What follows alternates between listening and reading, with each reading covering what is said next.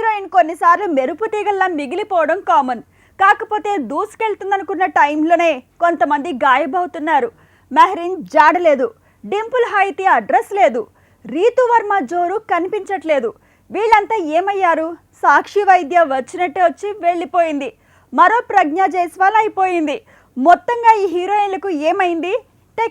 మెహరీన్ కృష్ణగాడి వీర ప్రేమ గాథతో hit మెట్టెక్కింది. F2తో focus అయింది.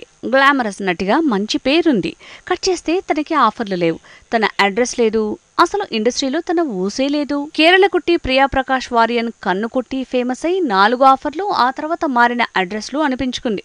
తనలాగే టాలీవుడ్ లో కొందరు హీరోయిన్లు మరీ మెరుపు తీగలయ్యారు. అలా మెరిసి ఇలా మాయమవుతున్నారు. డింపుల్ హయతి వచ్చి రాగానే మరో ఇలియానా అన్నారు. ఏకంగా పూజా హెగ్డేకే పోటీ ఇస్తుందన్నారు. కిలాడీలో మెరిశాక చాలా అవకాశాలే వచ్చాయి. కానీ తను కాంట్రవర్సీలతో వార్తల్లోకి ఎక్కాకే ఆఫర్లు ఆవిరయ్యాయి, అడ్రస్లు గల్లంతయ్యాయి. సాక్షి వైద్య వచ్చి రాగానే అతిలోక సుందరని మెచ్చుకున్నారు. సోషల్ మీడియా నుంచి డైరెక్ట్గా వెండితెర మీదకి వచ్చేయగానే మరో రష్మిక అన్నారు. కానీ ఏజెంట్తో పాటు గాంధీవధారి అర్జున ఫ్లాప్తో సీన్ మారింది.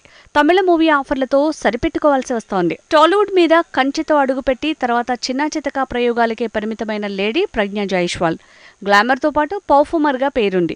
అప్పుడప్పుడు అఖండ లాంటి హిట్లు సొంతం చేసుకుంటోంది.